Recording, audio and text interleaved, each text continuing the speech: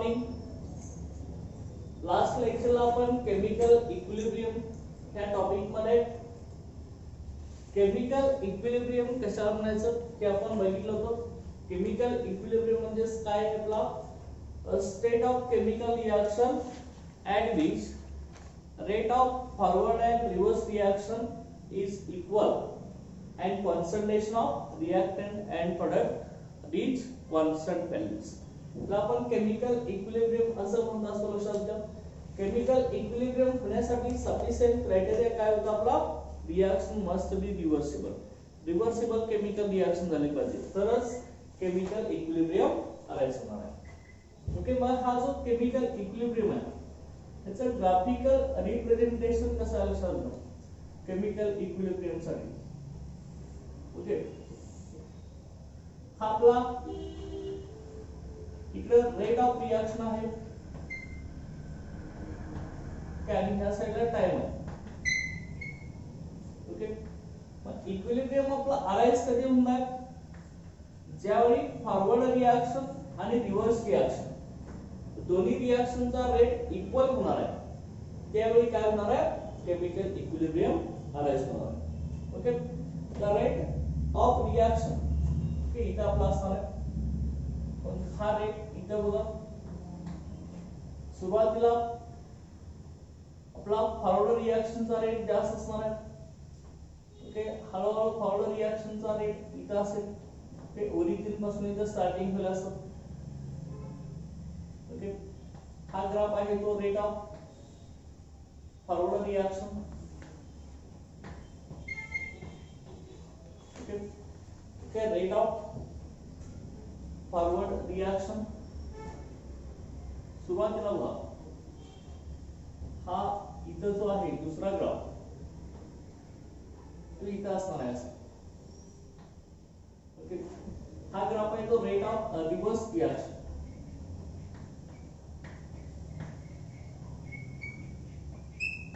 Okay, सुरुवातीला reverse रिएक्शनचा rate सगळ्यात कमी असणार आहे. रेट आपला ह्या साइडला वाढत जाणार आहे.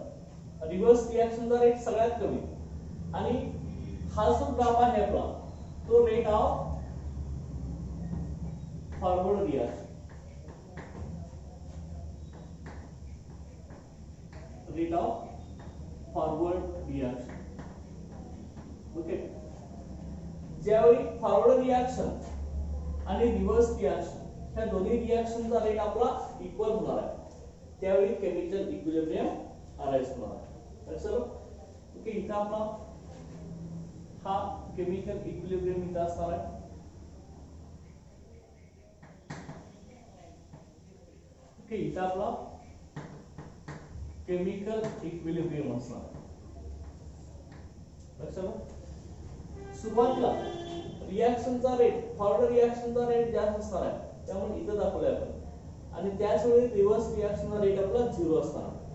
तर जसा फॉरवर्ड रिएक्शनचा रेट कमी होत जाणार ओके डिक्रीज होत जाणार आहे तसा रिव्हर्स रिएक्शनचा रेट आपला इन्क्रीज होत जाणार आहे. आणि एका ठराविक पॉइंटला एका ठराविक टाइमला फॉरवर्ड रिएक्शनचा रेट आणि रिव्हर्स रिएक्शनचा रेट आपला इक्वल होणार आहे. ओके, आणि तो जो टाइम आहे त्याला आपण काय म्हणणार आहे, ते केमिकल इक्विलिब्रियम असं म्हणणार. ओके, चलो अशा हे याचं ग्राफिकल रिप्रेझेंटेशन आहे. तर त्याच्यानंतर characteristics of chemical equilibrium.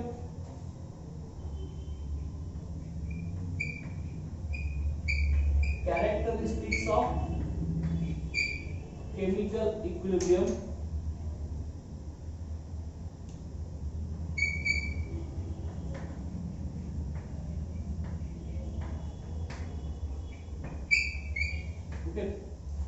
Characteristics of chemical equilibrium. तर केमिकल इक्विलिब्रियमच्या कॅरेक्टरिस्टिक्स काय लक्षात घ्या. आता आपण बघितलंय इक्विलिब्रियमला फॉरवर्ड रिएक्शन आणि रिव्हर्स रिएक्शन दोन्ही रिएक्शनचा रेट आपला इक्वल असतो. लक्षात घ्या, त्यामुळे आपण पहिलं सेंटेन्स म्हणू शकतो at equilibrium forward and reverse reaction proceed with equal rate. Okay, दोन्ही रिएक्शन इक्वल रेटने प्रोसीड होत असतात. ओके, पहिला बघा at equilibrium at equilibrium rate of, okay, forward reaction and reverse reaction, okay, at equilibrium, forward reaction and reverse reaction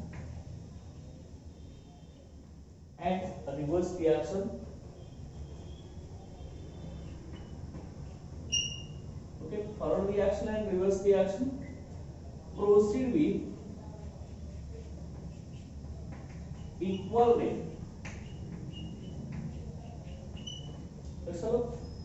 इक्विलिब्रियमला forward reaction आणि reverse reaction त्या दोघांचा rate equal असतो. दोन्ही रिएक्शन इक्वल रेटने प्रोसीड होत असतात. म्हणजे कुठली रिएक्शनचा रेट एकदम फास्ट किंवा कमी नसतो. दोन्ही रिएक्शनचा रेट इक्विलिब्रियमला इक्वल असतो सर. ओके, की आपण इथे एक्झाम्पल इथे घेऊया.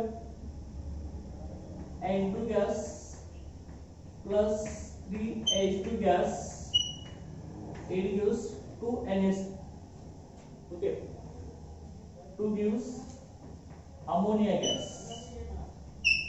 तर ही आपली रिएक्शन आहे. ही रिव्हर्सिबल केमिकल रिएक्शन आहे. आता फॉरवर्ड रिएक्शन मध्ये रिएक्टंट कोण असणार आहे? नायट्रोजन आणि हायड्रोजन गॅस हे रिएक्टंट आहेत फॉरवर्ड रिएक्शन मध्ये. आणि रिव्हर्स रिएक्शन मध्ये काय असणार आहे? अमोनिया रिएक्टंट आहे. प्रोडक्ट कोण असणार आहे? हायड्रोजन आणि नायट्रोजन गॅस असणार. बरोबर. मग आता फॉरवर्ड रिएक्शनचा रेट आणि रिव्हर्स रिएक्शनचा रेट हा इक्विलिब्रियमला काय असणार आहे? इक्वल असणार आहे. म्हणजे N2 आणि H2 कंबाईन होऊन यांचं कन्व्हर्जन अमोनिया मध्ये होण्याचा रेट आणि अमोनिया डिकंपोज होऊन परत H2 आणि N2 गॅस तयार होण्याचा रेट इक्वल असणार. ओके, इक्विलिब्रियमला. आता मग हे जर रिएक्टंट आणि प्रोडक्ट्स हे जर इक्विलिब्रियमला असतील म्हणजे दोन्ही रिएक्शनचा रेट इक्वल असेल तर रिएक्टंट आणि प्रोडक्ट कुठे असणार आहेत? आपले इक्विलिब्रियमला असणार आहेत. मग रिएक्टंट आणि प्रोडक्ट इक्विलिब्रियमला असतील तर त्यांचं कॉन्सन्ट्रेशन सुद्धा कॉन्स्टंट असणार आहे आणि त्याच कॉन्सन्ट्रेशनला आपण इक्विलिब्रियम कॉन्सन्ट्रेशन असं म्हणणार. चला क्लास आपण काय म्हणणार आहे? Equilibrium concentration. चलो इक्विलिब्रियम कॉन्सन्ट्रेशन बघा. मग सेकंड कॅरेक्टरिस्टिक आपण काय म्हणणार आहे? All reactant and products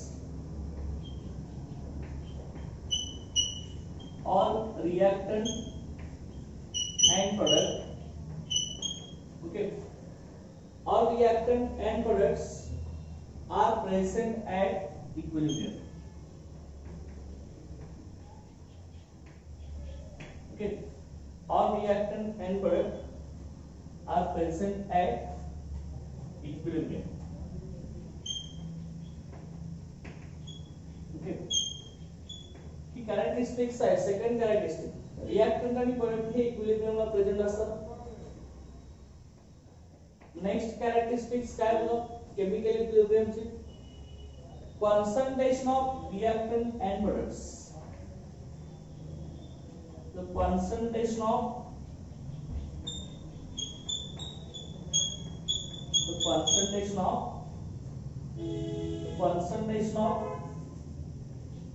reactant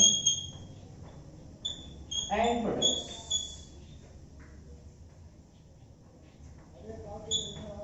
Okay, the concentration of reactant and products reach constant values. Okay, reach constant values. Okay, reactant आणि products concentration constant असतं. Reach constant values and these are called equilibrium concentrations. And these are called equilibrium concentrations.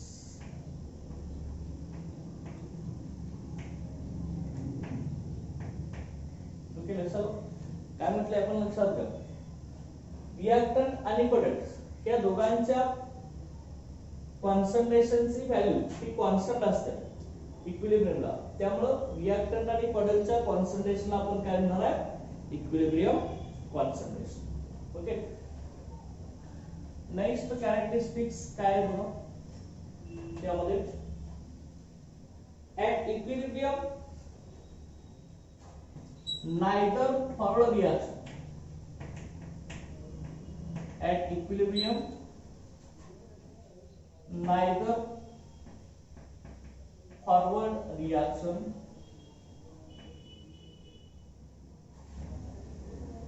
nor reverse reaction, is stopped. Okay, equilibrium ला forward reaction आणि reverse reaction कुठली reaction stop होणार लक्षात घ्या. दोन्ही reaction continuously होत असतात अपवर्ड डिरेक्शन लक्षात घ्या. ओके, त्यामुळे आपल्याला दोन्ही रिएक्शनचा रेट इक्वल झालाय, त्यामुळे रिएक्शन स्टॉप झाले असं आपण म्हणू शकत नाही. इक्विलिब्रियमला फॉरवर्ड रिएक्शन आणि रिव्हर्स रिएक्शन ओके त्या स्टॉप होत नाही लक्षात घ्या. ओके, दोन्ही अपवर्ड डिरेक्शनला कॅरी फॉरवर्ड होत असतात. Okay, has stopped, both reaction continue to proceed, both reactions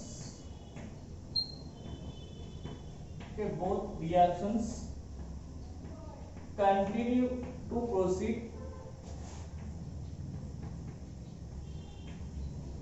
Okay, both reactions continue to proceed in opposite directions,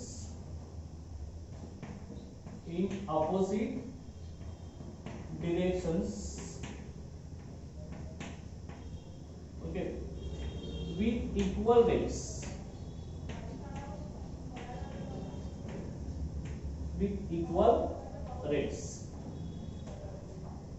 in other words chemical equilibrium are dynamic in nature. Okay, therefore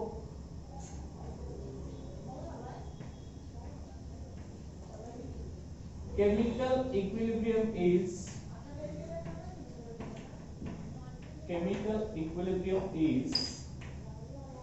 dynamic in nature.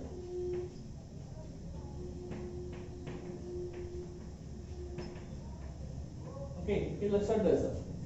काय म्हटलंय बघा आपण, इक्विलिब्रियमला forward आणि reverse reaction दोन्ही reaction या stop होत नसतात. Neither forward reaction nor reverse reaction stop, but reaction continue to proceed in opposite direction with equal rates. Therefore chemical equilibrium is dynamic in nature. लक्षात आहे. ओके, इक्विलिब्रियमला कुठलीही reaction forward reaction असेल किंवा reverse reaction ह्या दोन्ही reaction stop होत नाहीत. दोन्ही रिएक्शन प्रोसीड होत असतात अपवर्ड डायरेक्शनला ओके इक्वल रेट नुसार. त्यामुळे आपण केमिकल इक्विलिब्रियमला काय म्हणतो असतो, डायनामिक इन नेचर. आपल्याला लक्षात घ्या, आपण एखादी रिएक्शन इथे घेतली असेल, समजा H2 gas plus I2 gas it gives 2HI gas असे आपण एखादी रिएक्शन घेतली असेल, तर त्यामध्ये लक्षात घ्या फॉरवर्ड रिएक्शन आपली H2 आणि I2 चं कन्वर्जन HI मध्ये होणार आहे आणि रिव्हर्स रिएक्शन मध्ये HI चं परत H2 आणि I2 तयार होणार. त्या दोन्ही रिएक्शन इक्विलिब्रियमला इक्वल रेटने कॅरी फॉरवर्ड होत असतात. फॉरवर्ड रिएक्शन ओके आपले लेफ्ट टू राइट होत असते, reverse reaction right to left होत असते. दोन्ही रिएक्शन अपवर्ड डायरेक्शनला ओके प्रोसीड होत असतात इक्वल रेटने. त्यामुळे आपल्याला असं वाटतं की रिएक्शन स्टॉप आहे, पण ते स्टॉप नसतात. सायमल्टेनियसली फॉरवर्ड आणि रिव्हर्स रिएक्शन हे कॅरी होत असतात. म्हणूनच त्या केमिकल इक्विलिब्रियमला काय म्हटलं जातं, dynamic equilibrium. Okay, chemical equilibrium means dynamic in nature. चलो okay, dynamic nature of equilibrium म्हणजे काय, forward and reverse reaction and equilibrium proceed with equal rates. these are called dynamic nature of equilibrium. Okay, तर next बघा, catalyst does not affect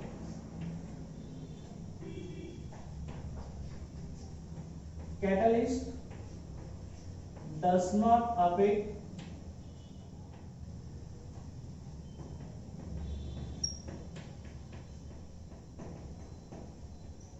catalyst does not affect position of equilibrium. आपण काय म्हटलं, catalyst does not affect the position of equilibrium. म्हणजे catalyst हा इक्विलिब्रियमची position change करू शकत नाही. लक्षात घ्या, कॅटलिस्टचं फंक्शन आपलं काय, to increase the rate of reaction. रिएक्शनचा रेट तो इन्क्रीज करतो. आपल्या इक्विलिब्रियमला फॉरवर्ड आणि रिव्हर्स रिएक्शन दोन्ही रिएक्शन इक्वल रेट न होत असतात. आपण जर एखाद्या इक्विलिब्रियम रिएक्शनला कॅटलिस्ट जर ऍड केला तर तो कॅटलिस्ट फॉरवर्ड रिएक्शन आणि रिव्हर्स रिएक्शन दोन्ही रिएक्शनचा रेट इक्वल क्वांटिटी मध्ये इन्क्रीज करत असतो. लक्षात घ्या, त्यामुळं इक्विलिब्रियमच्या पोझिशन वरती कुठलाही इफेक्ट होत नाही. Okay, catalyst does not affect the position of equilibrium. काय म्हणले आपण, कॅटलिस्टचा रिएक्शनचा आपला रेट इन्क्रीज करत असतो. त्यामुळं इक्विलिब्रियम रिएक्शन मध्ये तो ऍड केला तर तो फॉरवर्ड रिएक्शन आणि रिव्हर्स रिएक्शन दोन्ही रिएक्शनचा रेट इक्वल क्वांटिटी मध्ये तो इन्क्रीज करत असतो. त्यामुळे कॅटलिस्ट हा इक्विलिब्रियमची पोझिशन चेंज करू शकत. त्यानंतर नेक्स्ट कॅरेक्टरिस्टिक्स काय आहे आपली बघा, याच्यामध्ये the change in concentration, the change in concentration, the change in concentration, त्यानंतर pressure, change in concentration, pressure. Next, that is the volume and temperature, volume and temperature. Okay, आपण कॉन्सन्ट्रेशन चेंज केलं, pressure change केलं, volume change केला आणि temperature change केलं तरच इक्विलिब्रियमची position change होऊ शकते. कॅटलिस्ट हा इक्विलिब्रियमची पोझिशन चेंज करू शकत नाही. लक्षात घ्या. Okay, can change the equilibrium position. Okay, can change the equilibrium position.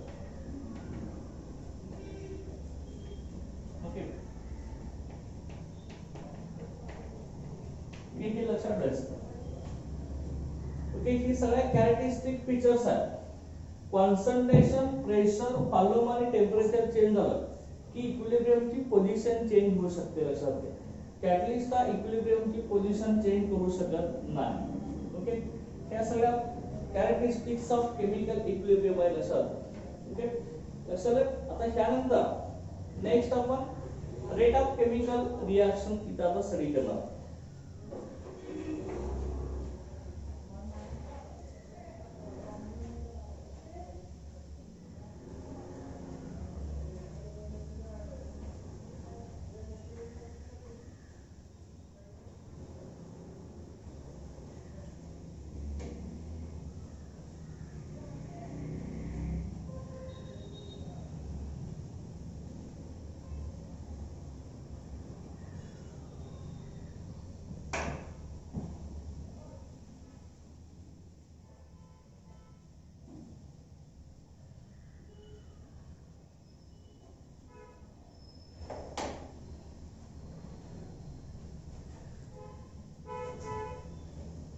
Characteristics of chemical equilibrium नंतर नेक्स्ट जो आहे तो rate of chemical reaction.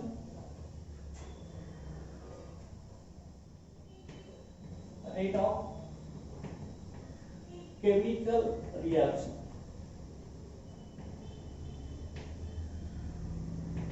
Okay, आता एखाद्या केमिकल रिएक्शनचा रेट म्हणजे काय, रेट आपण कसं म्हणत असतो. केमिकल रिएक्शन म्हणजे काय, रिएक्टंट रिएक्ट झाल्यावरती जे नवीन सबस्टन्स तयार होतात त्याला आपण प्रोडक्ट असं म्हणतो. ओके, त्यालाच केमिकल रिएक्शन म्हणतात. आता रेट ऑफ केमिकल रिएक्शन म्हणजे काय बघा,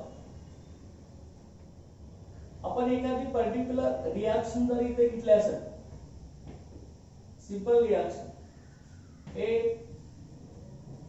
it gives product B, A आपला इथे रिएक्टंट आहे, ओके, बी हा समजा इथे प्रोडक्ट असेल, ओके. आता ए ह्या सबस्टन्स बी मध्ये कन्वर्शन झालं तरच आपण केमिकल रिएक्शन झाले असं म्हणणार आहे, ओके. जर रिएक्शनचं कन्वर्शन प्रोडक्ट मध्ये झालं तरच आपली केमिकल रिएक्शन होणार आहे. आता मग ही जी आपली केमिकल रिएक्शन आहे, ही केमिकल रिएक्शन बघा, ह्याचा जो रेट आहे तो रेट कशावर डिपेंड असणार. आता सुरुवातीला केमिकल रिएक्शन स्टार्ट झाली त्यावेळी कॉन्सन्ट्रेशन ऑफ रिएक्टंटचं कॉन्सन्ट्रेशन जास्त असणार आहे आणि प्रोडक्ट हा तयार झालेलाच असणार नाही. सुरुवातीला म्हणतोय मी, त्यावेळी प्रोडक्टचं कॉन्सन्ट्रेशन 0 असणार आहे, एकदम कमी असणार आहे. मग काय होत असतं परत बघा, यामध्ये जसं टाइम वाढत जाणार आहे तसं रिएक्टंटचं कॉन्सन्ट्रेशन कमी होत जाणार आणि प्रोडक्टचं कॉन्सन्ट्रेशन इनक्रीज होत जाणार, ओके. मग मला सांगा, रिएक्शन होत असताना रिएक्टंटचं कॉन्सन्ट्रेशन डिक्रीज होतं आणि प्रोडक्टचं कॉन्सन्ट्रेशन इनक्रीज होत असतं, okay. During definite time interval, एखाद्या ठराविक टाइम मध्ये केमिकल रिएक्शन होत असताना रिएक्टंटचं कॉन्सन्ट्रेशन, रिएक्टंट सुरुवातीला याचं कॉन्सन्ट्रेशन जास्त असतं, प्रोडक्टचं कॉन्सन्ट्रेशन 0 असतं. जसं टाइम वाढत जाणार तसं रिएक्टंटचं कॉन्सन्ट्रेशन कमी व्हायला चालू होणार, म्हणजे डिक्रीज होणार आणि प्रोडक्टचं कॉन्सन्ट्रेशन इनक्रीज व्हायला चालू होणार, ओके. त्यामुळे आपण आता रेट ऑफ केमिकल रिएक्शनची डेफिनेशन आपण कशी करू शकतो लक्षात घ्या. इथं बघा, तर कॉन्सन्ट्रेशन ऑफ रिएक्टंट आपण कसं दाखवणार, ए, ओके. ए ला आपण स्क्वेअर ब्रॅकेट केलाय, हा काय रिप्रेझेंट करतो, कॉन्सन्ट्रेशन ऑफ कॉन्सन्ट्रेशन. आता ह्याला आपण रिएक्टंट म्हणतोय ना, त्यामुळे कॉन्सन्ट्रेशन ऑफ रिएक्टंट असं म्हणूया, कॉन्सन्ट्रेशन ऑफ रिएक्टंट ए असं म्हटलं, ओके. आणि बी हा आपला प्रोडक्ट आहे, बी चं कॉन्सन्ट्रेशन कसं दाखवणार आपण, असं ब्रॅकेट मध्ये बी दाखवणार, हे आहे आपलं कॉन्सन्ट्रेशन ऑफ प्रोडक्ट्स. कुठला प्रोडक्ट आहे आपला, बी हा प्रोडक्ट आहे, okay. Concentration of products B, okay. आता मग रिएक्शन होत असताना रिएक्टंटचं कॉन्सन्ट्रेशन इनिशियली जास्त असतं आपण म्हटलेलं आहे आणि प्रोडक्टचं कॉन्सन्ट्रेशन 0 असणार. जसं रिएक्शन होत जाणार, टाइम वाढत जाणार, त्या टाइम मध्ये ए ह्या रिएक्टंटचं कॉन्सन्ट्रेशन डिक्रीज होणार आणि बी ह्या प्रोडक्टचं कॉन्सन्ट्रेशन इनक्रीज होणार, ओके. म्हणजे लक्षात घ्या, कॉन्सन्ट्रेशन ऑफ रिएक्टंट ए हे आपलं डिक्रीज होणार आहे, ओके. ह्याचं कॉन्सन्ट्रेशन आपलं काय होणार आहे, डिक्रीज होत असतं आणि ह्याचं कॉन्सन्ट्रेशन प्रोडक्टचं आपलं काय होत असणार आहे, इनक्रीज होत असतं, ओके. त्यामुळे आपण डेफिनेशन आता कसं सांगू शकतो, rate of chemical reaction, the change in, तर काय असणार आहे, the change in concentration, the change in concentration of reactant or products, okay. The change in concentration of reactant or products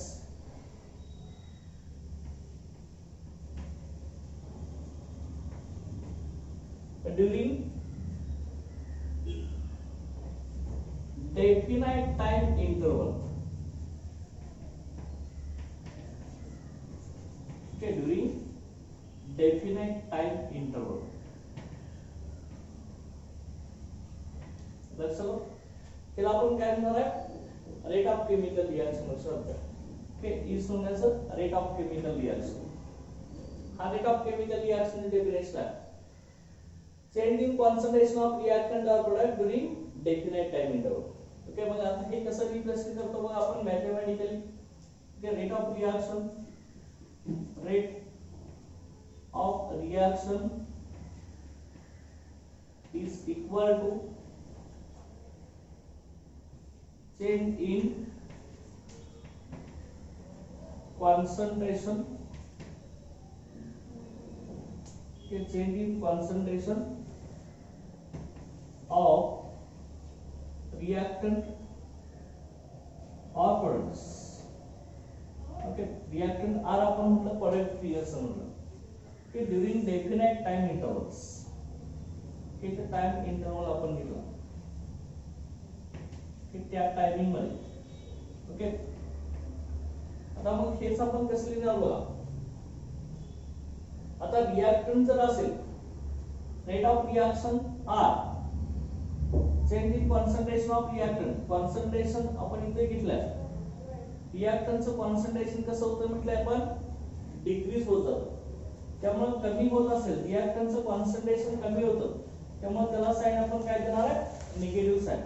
त्यामुळे हे कसं येणार बघा, change in concentration of reactant D, okay, R म्हणजे reactant divide by dt. Okay, dt म्हणजे time interval, small change in time. Okay, एका समजा एखादी रिएक्शन 5 मिनिट मध्ये होत असेल तर 2 मिनिट कंप्लीट झाल्यानंतर ओके त्या रिएक्टंटचं कॉन्सन्ट्रेशन किती आहे, ओके, त्याला आपण dt असं म्हणत असतो, चेंज इन टाइम 2 - 5, की हा dt आपण काढू शकतो. इथं रिएक्टंटचं कॉन्सन्ट्रेशन कमी होतं त्यामुळे त्याला निगेटिव्ह साइन आहे. ओके, किंवा और आपण आणखी कसं दाखवू शकतो, रेट ऑफ रिएक्शन और plus d concentration of product, okay, divided by dt. चलो, p म्हणजे प्रोडक्ट आहे, प्रोडक्टचं कॉन्सन्ट्रेशन आपलं वाढत जात असतं. ओके, त्यामुळं change in concentration of product divided by change in time, that is time interval. हो का, change in time. Okay, time interval म्हणा किंवा चेंज इन टाइम म्हणा. ओके, आता मग हेच आपण आता कसं सांगणार बघा. इथं जर रिएक्टंट समजा आपण दुसरा एखादा घेतला असेल, ओके, पर्टिक्युलर रिएक्शन जर आपण त्याच्यामध्ये घेतले असेल तर त्यावेळी आपल्याला कसं रिप्रेझेंट करता येईल बघा. समजा आपण रिएक्शन घेतली तर N2 gas plus 3H2 gas, किंवा आपण सिंपल रिएक्शन घ्या, कोएफिशिएंट एकच असणारी रिएक्शन आपण जर इथे घेतली असेल, काय इथं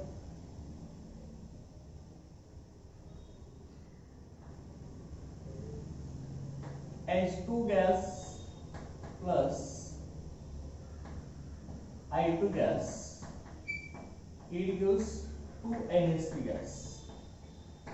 ओके, असे आपली रिएक्शन असेल तर ह्या रिएक्शन साठी आपण रेट ऑफ रिएक्शन कसे लिहू शकणार बघा.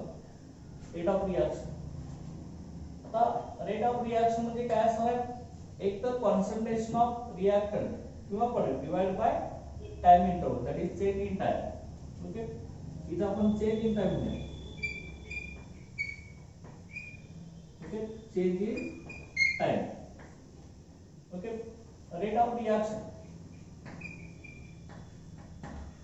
आता इथे रिएक्टंट कोण आहेत बघा, रिएक्टंट आपले H2 आणि I2 गॅस आहेत. आता H2 आणि I2 चं कॉन्सन्ट्रेशन कमी होतं ना, त्यामुळे आपण कसं लिहिणार आहे, मायनस स्मॉल d म्हणजे change in concentration of H2, concentration आपण स्क्वेअर ब्रॅकेट मध्ये रिप्रेझेंट करू, इथं आपण सांगितलंय. Okay, divide by dt, time interval, change in time. Okay, किंवा हेच आपण कसं दाखवू शकतो का, और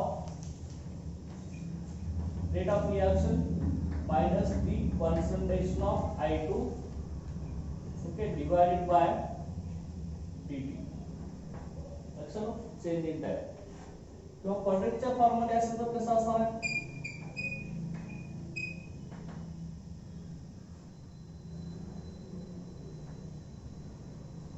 रेट ऑफ रिएक्शन, प्रोडक्टचं कॉन्सन्ट्रेशन वाढत जातं त्यामुळे इथे लक्षात घ्या the concentration of NH3 raise to 2 coefficient को आहे म्हणजे रेस टू 2 येणार ते डिवाइड बाय dt ओके लक्षात अशा पद्धतीनं एक तर प्रोडक्टची व्हॅल्यू तिथं दाखवा किंवा रिएक्टंटची व्हॅल्यू दाखवा अशा पद्धतीने आपण रेट ऑफ रिएक्शन सांगू शकतो आता मग युनिट काय आपलं रेट ऑफ रिएक्शनचं युनिट जे आहे ते आपल्याला कसं आहे आपलं कॉन्सन्ट्रेशन आपण कशामध्ये सांगतो मोल पर डीएम क्यूब मध्ये सांगतो आपण मग टाइम वरती गेला तर टाइम आपण सेकंड मध्ये सांगतो ना मोल पर डीएम क्यूब पर सेकंड किंवा टाइम आपण जर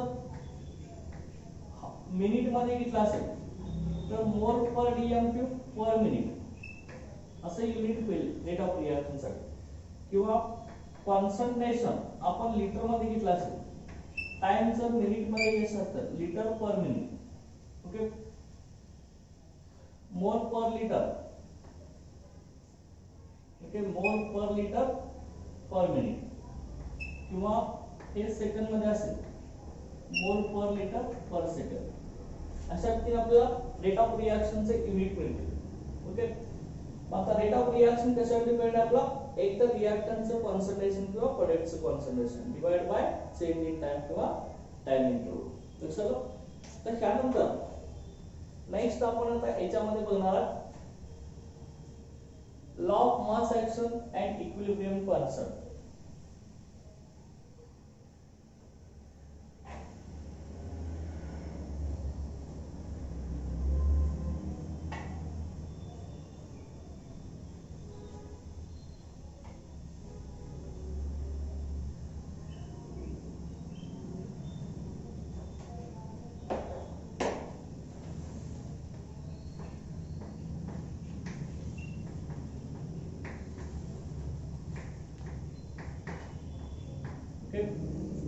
law of mass action the law of mass action कशावर म्हणायचं लक्षात law of mass action तर कॉन्सन्ट्रेशन जे आहे रिएक्टंटचं कॉन्सन्ट्रेशन ह्यालाच आपण ऍक्टिव्ह मास असं म्हणत असतो लक्षात त्यामुळे लॉ ऑफ मास ऍक्शन ची सुरुवातीला स्टेटमेंट काय आहे बघा the rate of chemical reaction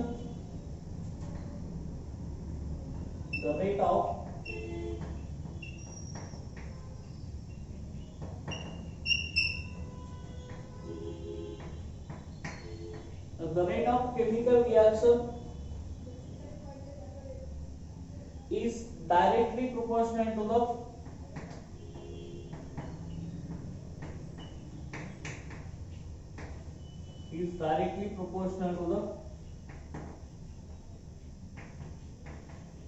okay the rate of chemical reaction is directly proportional to the product of active masses of directly proportional to the product of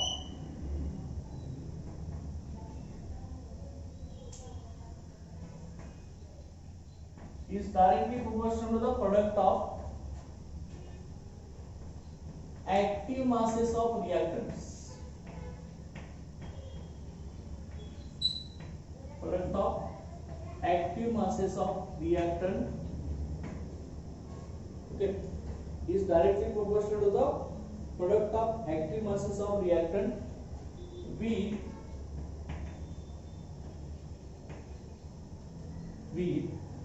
each active mass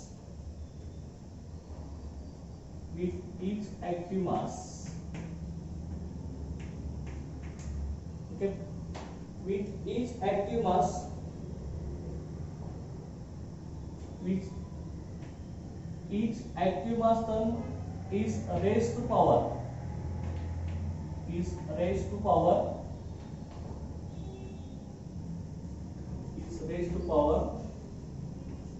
equal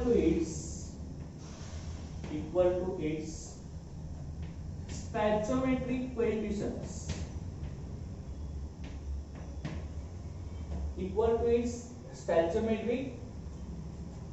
coefficients equal to its stoichiometric coefficients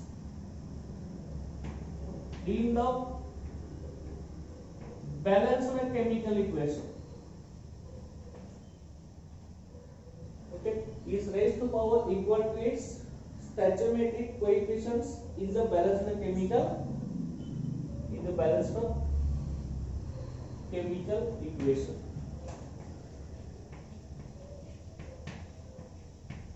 okay, हा आपला law of mass action आहे. आता ह्याच्यामध्ये लक्षात घ्या active मास. Okay, हा आपला law of mass ऍक्शनचं statement आहे. त्यामध्ये active mass of reactant, active mass of reactant म्हणजेच काय असतं, कॉन्सन्ट्रेशन ऑफ रिएक्टंट. हे लक्षात घ्या, म्हणजेच काय, कॉन्सन्ट्रेशन ऑफ रिएक्टंट्स. ओके, रिएक्टंटच्या कॉन्सन्ट्रेशनला आपण काय म्हणतो, अलीकडे ऍक्टिव्ह मास ऑफ रिएक्टंट असं म्हणतो. चलो, आता केमिकल रिएक्शनचा रेट पुन्हा डायरेक्टली प्रोपोर्शनल आहे product of active masses of reactant, म्हणजे कॉन्सन्ट्रेशन ऑफ रिएक्टंटचा प्रोडक्ट घ्यायचा. Active masses of reactant with each active mass term is raised to power equal to its stoichiometric coefficient in the balanced chemical equation. चलो, म्हणजे chemical रिएक्शनचा rate हा रिएक्टंटच्या active मास वरती depend आहे. Okay, आणि active मास म्हणजे काय, रिएक्टंटच्या कॉन्सन्ट्रेशन वरती डिपेंड आहे. मग रिएक्टंटचं कॉन्सन्ट्रेशन आपलं इन्क्रीज कधी होतं. ओके, रिएक्टंटचं कॉन्सन्ट्रेशन हे आपलं इन्क्रीज जे होणार आहे ती कुणा एवढे इन्क्रीज होणार, तर बॅलन्स्ड केमिकल इक्वेशन मध्ये त्या रिएक्टंटचा जो स्टॅचियोमेट्रिक कोएफिशिएंट आहे त्याच्या एवढं त्या रिएक्टंटचं कॉन्सन्ट्रेशन इन्क्रीज होणार. चलो, आता लक्षात घ्या, आपण एक पर्टिक्युलर इथं रिएक्शन घेणार आहे, सिंपल रिएक्शन. ते जनरल रिएक्शन आपण इथं रिप्रेझेंट करणार आहे. त्यासाठी दॅट इज द काय असणार बघा, ती जनरल रिएक्शन. इथं लक्षात घ्या, rate general reaction A plus B. Okay, A plus B, it gives products. असे आपले एक सिंपल रिएक्शन आपण घेतले. Okay, A plus B gives products.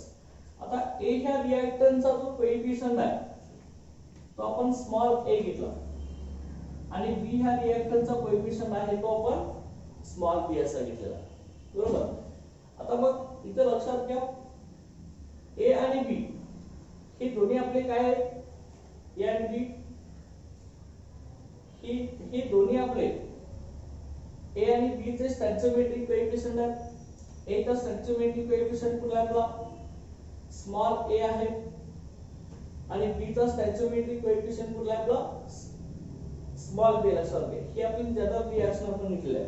Okay, आता कॉन्सन्ट्रेशन ऑफ A म्हणजे ऍक्टिव्ह मास ऑफ A हे आपण कसं दाखवणार लक्षात घ्या.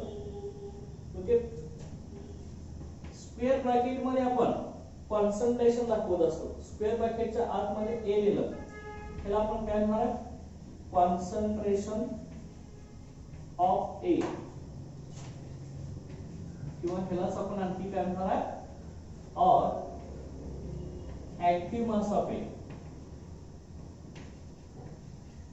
ओके, लक्षात घ्या, A चं कॉन्सन्ट्रेशन म्हणजे काय, A चं ऍक्टिव्ह मास, आणि कॉन्सन्ट्रेशन ऑफ B, B चं कॉन्सन्ट्रेशन म्हणजे काय असणार आपलं, कॉन्सन्ट्रेशन ऑफ B और एक्टिव मास ऑफ B और एक्टिव मास ऑफ B. कसं स्क्वेअर ब्रॅकेट मध्ये जर आपण A आणि B रिप्रेझेंट करत असेल तर ते काय सांगतो, ऍक्टिव्ह मास किंवा कॉन्सन्ट्रेशन ऑफ A आणि B. लक्षात. आता मग त्यानंतर आता according to law of mass action, law of mass action आपल्याला काय सांगतोय, केमिकल रिएक्शनचा रेट कसा आहे की डायरेक्टली प्रोपोर्शनल आहे active mass of reactant. Okay, किंवा केमिकल रिएक्शनचा रेट डायरेक्टली प्रोपोर्शनल कुणाबरोबर असणार आहे, कॉन्सन्ट्रेशन ऑफ रिएक्टंट. एक तर रिएक्टंटच्या कॉन्सन्ट्रेशन बरोबर किंवा रिएक्टंटच्या ऍक्टिव्ह मास बरोबर केमिकल रिएक्शनचा रेट आपला डायरेक्टली प्रोपोर्शनल असतो. बघा मग लॉ ऑफ मास सेक्शन नुसार आपण घेऊया. रिएक्शन आपण जनरल घेतले A plus B gives products according to law of mass action. बघा according to the law of mass action, okay, according to law of mass action काय सांगतो बघा law of mass action, chemical reaction चा rate active mass reactant च्या active mass चे directly proportional. Okay, product of active mass of reactant, okay, directly proportional product of active mass of reactant.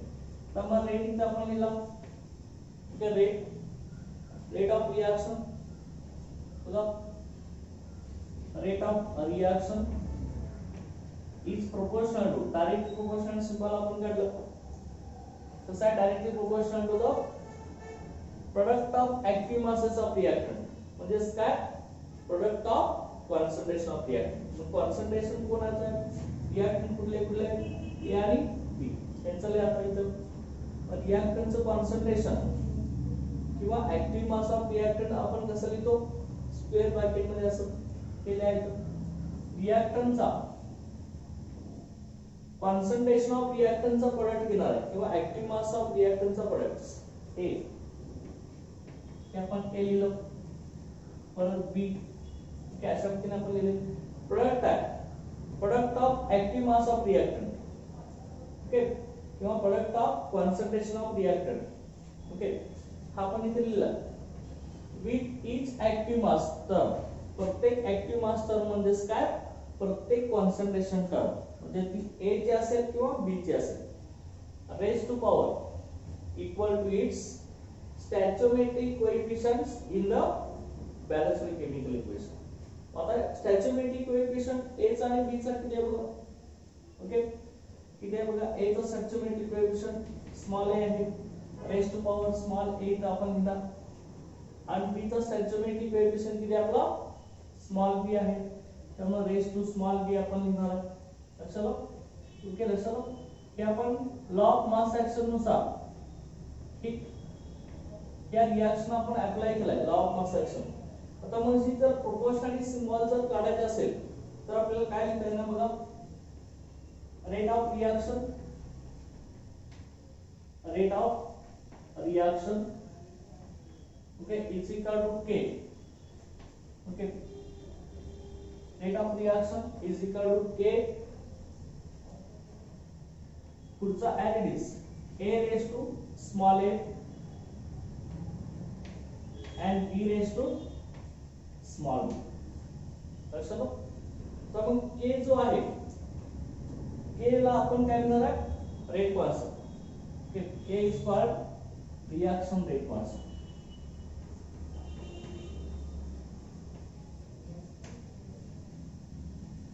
k is called rate constant. केला म्हणजे के म्हणजे काय आपला rate constant of reaction असणार आहे. Okay, अशा पद्धतीने हा आपण इथं लॉ ऑफ मास ऍक्शन त्या रिएक्शन साठी अप्लाय करू शकतो. ओके, कसा केलाय आपण लक्षात आलं. आता आपण जनरल एक रिएक्शन इथं लिहिलं, तसा law of mass action apply होणार बघा. एक्झाम्पल आपण इथे घेऊया, त्यामध्ये पर्टिक्युलर एक्झाम्पल आपण इथे घेतलं, N2 gas plus 3H2 gas. Okay, N2 gas plus 3H2 gas, it gives 2NH3 gas. Okay, अशा पद्धतीने आपली ही रिव्हर्सिबल केमिकल रिएक्शन आहे. क्या रिव्हर्सिबल केमिकल रिएक्शन आपल्याला law of mass action apply करायचं.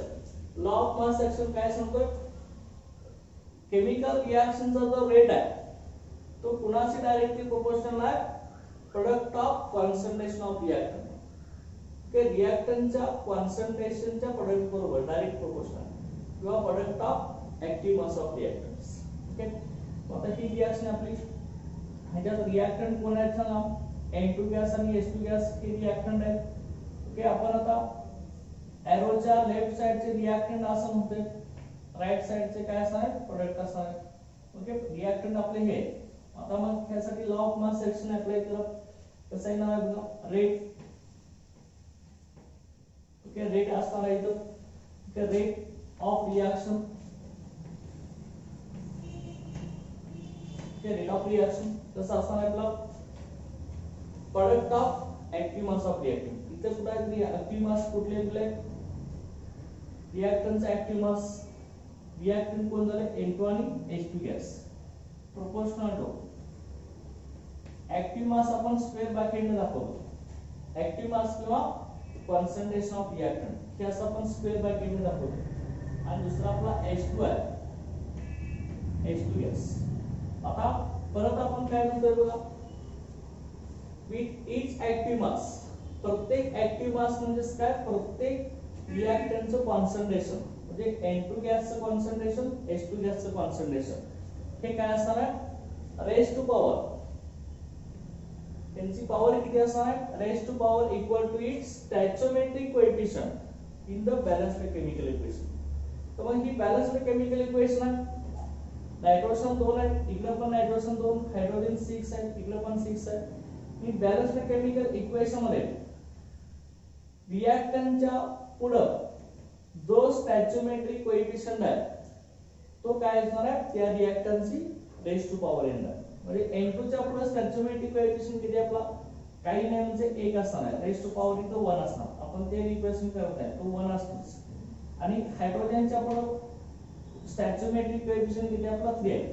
त्यामुळे इथं रेज टू 3 करणार आपण. ओके त्यामुळे रेट ऑफ रिएक्शन आपला कसं आहे की जर प्रोपोर्शनॅलिटी सिंबल आपण काढला तर k ना k कॉन्सेप्ट ऑफ प्रोपोर्शनॅलिटी.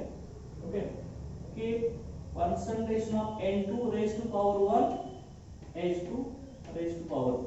समजा हा आपला काय येणार आहे रेट ऑफ रिएक्शन. लक्षात आपला रेट ऑफ रिएक्शन आहे. आणि k आपला काय असणार आहे हे सांगले k is called rate constant. k असणार काय असणार आपला k is called rate constant. Okay ते आपला रेट कॉन्स्टंट आहे. लक्षात अशा रीतीने आपला हा लॉ ऑफ मास ऍक्शन आहे लक्षात घ्या.